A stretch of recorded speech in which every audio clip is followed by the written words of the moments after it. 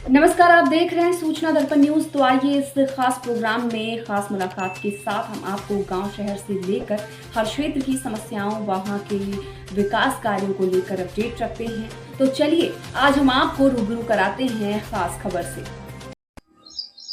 सूचना दर्पण न्यूज से किशन सोलंकी। हम अभी पहुंचे हैं ग्राम पंचायत गोरन। गोरन के जो वर्तमान सरपंच है लोकेश कुमार पलात, वो हमारे साथ है। उनसे हम बातचीत करेंगे जैसे ग्राम पंचायत के मुद्दों की और विकास की बात करें तो धरातल पे जैसे पेयजल है, शिक्षा है, रोडें हैं, विद्युतीकरण है, इन मुद्दों पे बात करेंगे और जानकारी लेंगे। ग्राम पंचायत में लगभग जो इनका कार्यकाल है वो पूरा होने जा रहा है और लगभग कार्यकाल है जो कांग्रेस की सरकार में निकला है और वर्तमान में है भाजपा की सरकार। तो जानकारी लेंगे क्या क्या विकास हुआ है और किस किस मुसीबतों का सामना करना पड़ा है। सरपंच साहब नमस्कार। आपके चैनल को जोहार, धन्यवाद जी। तो सरपंच साहब, सबसे पहले आप अपना एक राजनीतिक परिचय बताइए कि राजनीति में कब से इंटरेस्टेड है आप? राजनीति में तो साहब मैं मेरी शिक्षा की बात करूं तो मैंने बीएसटीसी कर रखी है जी। और उसके बाद आदिवासी परिवार नामक जो एक सामाजिक संगठन है, बिल्कुल, जो हमारे यहाँ चल रहा है, डूंगरपुर बांसवाड़ा में चल रहा है। बिल्कुल। तो हमने वो जो विचारधारा है उसके साथ हम जुड़े और हमें कहीं न कहीं जो आज तक पार्टियों ने जो काम किया है बिल्कुल वो ठीक नहीं लगा हमारे समाज के प्रति। हमारे समाज को आज आप देख सकते हैं कि जहां भी जाएंगे आदिवासी समुदाय दबा हुआ है। बिल्कुल। कई अत्याचार होते हैं, कई शोषण होता है, तो इस पर कोई बात करने के लिए नेता तैयार नहीं है। इसलिए मैं रीट की तैयारी करते हुए मैंने सोचा कि क्यों ना अभी सरपंच के चुनाव है तो 2020 में हमने यहाँ बात की सभी साथियों ने मिलकर के, और फिर मुझे यहाँ के लिए सरपंच उम्मीदवार बनाया गया। बिल्कुल। और सभी साथियों ने, हमने कांग्रेस और बीजेपी से हट करके यहाँ चुनाव लड़ा और मुझे जिताया। बिल्कुल। गोरन की जनता ने। बिल्कुल, बहुत ही अच्छा। तो सरपंच साहब, बहुत ही अच्छा सुझाव है आपके, क्योंकि एक जो अभी आपने एक आदिवासी समुदाय पे बात की और बताया, विचार आपके बहुत ही अच्छे हैं। तो सरपंच साहब, आप एक युवा हैं, ऊर्जावान हैं, पढ़े लिखे हैं और शिक्षित परिवार से हैं। तो अपने ग्राम पंचायत गोरन की बात करें तो गोरन के अंदर शिक्षा का स्तर कैसा है आपके सरपंच बनने के बाद में? शिक्षा का स्तर अभी काफी सुधार हुआ है। हमारे सीनियर स्कूल में 100% रिजल्ट रहा है। बिल्कुल। गुरुजनों का भी अच्छा सहयोग है और समाज में और यहाँ ग्राम पंचायत गोरन के सभी अभिभावकों का भी अच्छा सहयोग है। और आज बच्चे पढ़ रहे हैं, व्यवस्थित नौकरियां भी लग रहे हैं। बिल्कुल। गई रीट 2018 में भी हमारे यहाँ से 12 टीचर्स बने हैं। Very good. व्यवस्थित तरीके से पढ़ाई वढ़ाई सब हो रहा है। बिल्कुल बिल्कुल। तो सरपंच, आपने कभी इस सरपंच बनने के बाद में इस कार्यकाल के अंदर कोई विद्यालयों का निरीक्षण किया या विद्यालयों की बिल्डिंगों को देख रेख की? क्योंकि हमने कई पंचायतों में कई जगह देखे विद्यालय कि उनकी जो बिल्डिंगों के हालात है बहुत ही जर्जर हालात है कि वहां आज बारिश के समय में जान मान आने की घटना कभी भी हो सकती है। तो अपनी ग्राम पंचायत में आपने कभी निरीक्षण किया, देखा, आपको क्या लगा? बिल्कुल, हम समय समय पे विद्यालयों में भी जाते रहते हैं, गुरुजनों का मार्गदर्शन भी प्राप्त होता है और जो कमियां होती है उस पे काम करने का पूरा प्रयास करते हैं। और जो बिल्डिंगें जर्जर हैं बिल्कुल, उनके लिए ग्राम पंचायत स्तर से सैंक्शन निकाल करके उनका मरम्मत करवाने का भी काम किया है। कहीं कहीं बाकी है, उनको भी पूरा करने का काम कर रहे हैं। जी जी, बहुत ही अच्छा। तो सरपंच, आप जैसे बात करें अपन एक नरेगा, केंद्र सरकार की योजना है, नरेगा के अंदर आपने सरपंच बनने के बाद में इस कार्यकाल में लोगों को रोजगार कितना दिया? रोजगार सब खूब दिया है। कोरोना काल में भी जब ऐसी स्थिति थी कि बाहर लोग जा नहीं पा रहे थे और जब हम सरपंच बने उसी समय कोरोना आ गया था। बिल्कुल। तो सारे लोग घरों पर ही थे और हमने व्यवस्थित तरीके से काम दिया और सभी लोग खुश है आज भी। जी जी। सरपंच, अब जैसे मैं और भी आपके जो साथी जनप्रतिनिधि उनसे मिला हूं और हमने विचार भी लिए उनके। तो जैसे ग्राम पंचायत में आज जो नरेगा चल रही है, नरेगा एक केंद्र सरकार की योजना, इसमें पक्के और कच्चे वर्ग का जो 60-40 का रेशो है, इसके अंदर पक्के वर्ग का जो मटेरियल का बजट है वो समय पर नहीं आने के कारण जो जनप्रतिनिधियों के अंदर उत्साह था विकास करवाने का पंचायतों में, वो नहीं करवा पाए और जो विकास की गति है बिल्कुल धीमी है।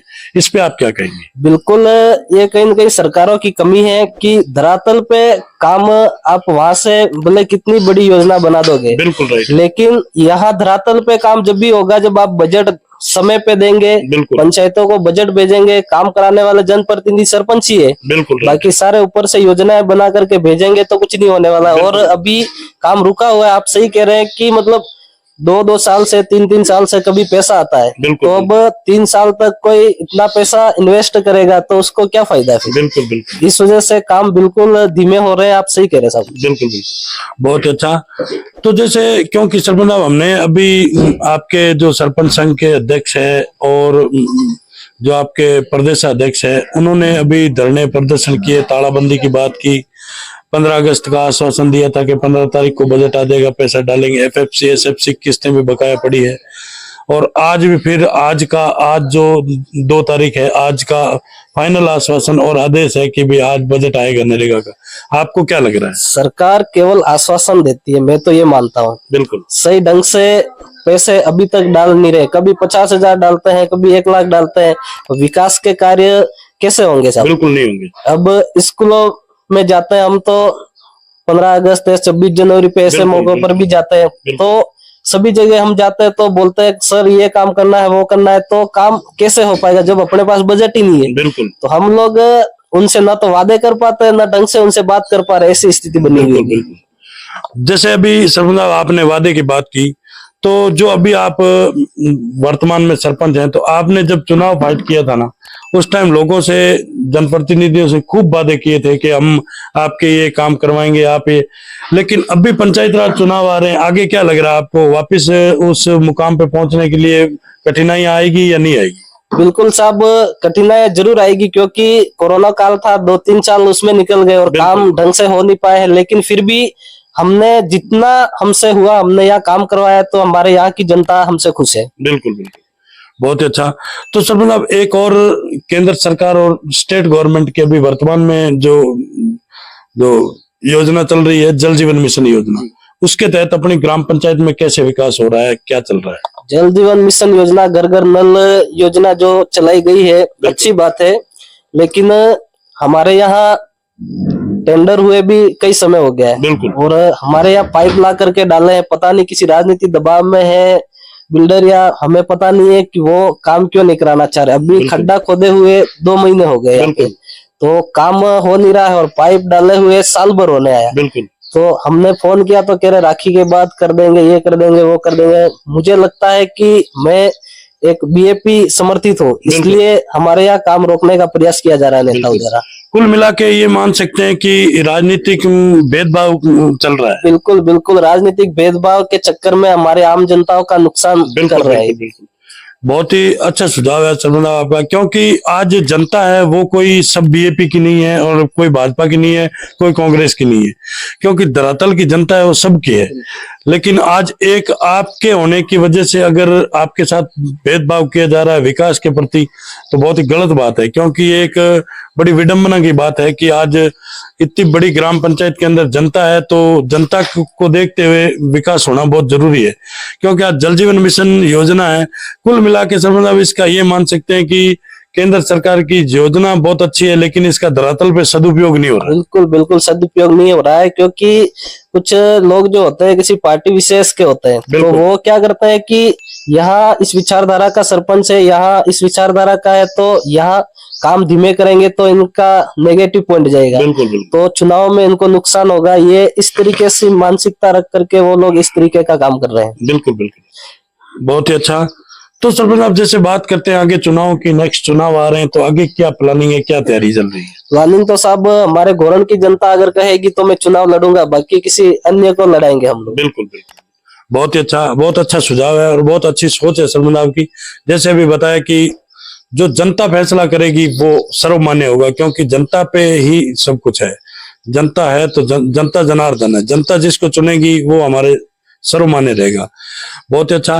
तो सरपंच साहब अभी वर्तमान में आपके बीजेपी पार्टी के एक राजकुमार जी रोत है, एमपी साहब सांसद है, उनसे आप क्या अपील करना चाहेंगे, क्या संदेश देना चाहेंगे?